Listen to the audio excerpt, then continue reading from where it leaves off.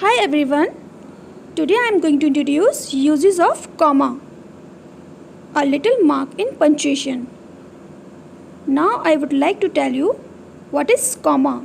Comma is a short pause and it helps you in understanding the correct meaning of sentence. For example,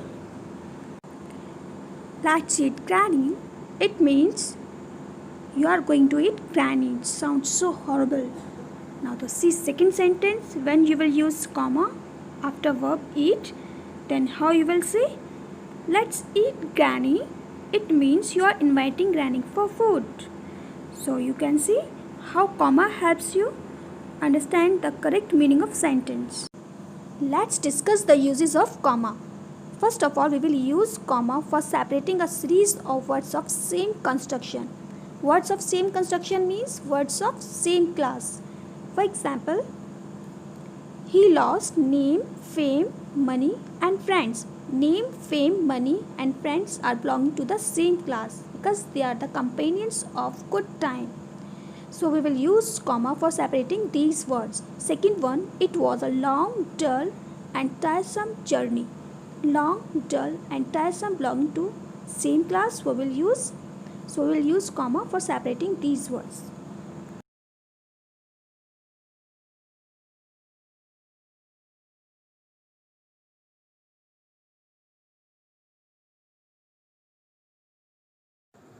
See the second use of comma. We use comma for separating a pair of words when come in a sentence and connected by and.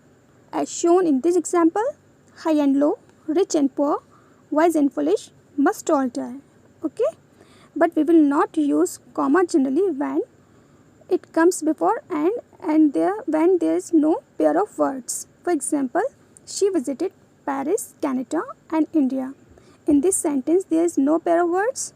Okay, so we will not put comma before and. See third use of comma. We use comma after a nominative absolute. But how you will find nominative absolute in a sentence? Nominative absolute is a noun phrase that contains participle or participial phrase. See this example, the wind being favorable, the ship sailed. There are two parts of sentences. In first part, participial phrase is present, being favorable, so it is a nominative absolute and we will put comma after this part of a sentence. See second example, the rain having fallen, I reached home. In first part there is also a participial phrase is present, so it is a nominative absolute. Okay, now see the fourth use of comma. We use comma to mark of a noun or phrase in apposition. It means when noun or phrase come together in a sentence, we use comma for separating these two. For example, Milton, the great English poet, was blind. Milton is a noun. The great English poet is a phrase. Okay, for separating these two, we will use comma.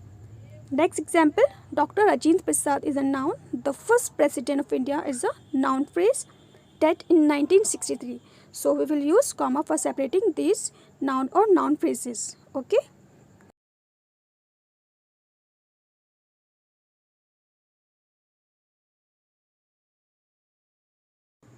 Now the fifth use is we put comma when we speak to someone in a sentence. See examples. How are you, Ali? Come here, Alice. So before Ali and Alice we are putting comma. Okay, because in these two sentences we are speaking to someone else. Okay, now next, to mark off two or more adverb or adverbial phrases. It means we put comma when two or more than two adverb or adverbial phrases come together in a sentence. Then we will put comma as shown in this example. Then in a cunning way I caught a fish. Then is a adverb. In a cunning way is a adverbial phrase. So we will put comma for separating these two. If we will not put comma for separating these, it will create confusion. Come to the next use. We use comma before and after a participial phrase. What is participial phrase? participle phrase is a phrase that looks like a verb but actually functions as an adjective, and it modifies a noun in the same sentence. Okay. See this example. Harry, having defeated his enemies, returned to home. Having defeated his enemies is a participle phrase, so we put two commas before and after this participle phrase in a sentence. Got it?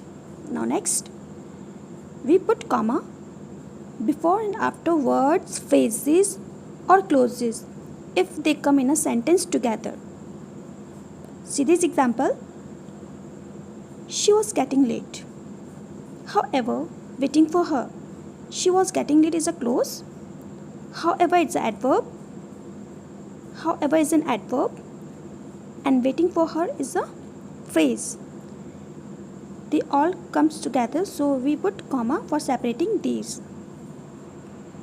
Got it? Now come to the last use of comma. We use comma to indicate the omission of a word, especially a verb. It means when two sentences have same grammatical structure and they have not joined by any conjunction, they have joined by semicolon as shown in this example. He was an American, she an African. After she there is a comma, and this comma shows there is a omission of a verb. Or we can say comma help in avoiding repetition in a sentence when there is semicolon. Okay. Now come to the last.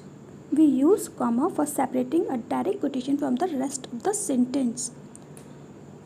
For example, don't play there is a direct quotation, said mom. So here we put comma for separating quotation from the direct quotation from the rest of the sentence. Hope you have got well all uses of comma. If you have any query, please write in comment section.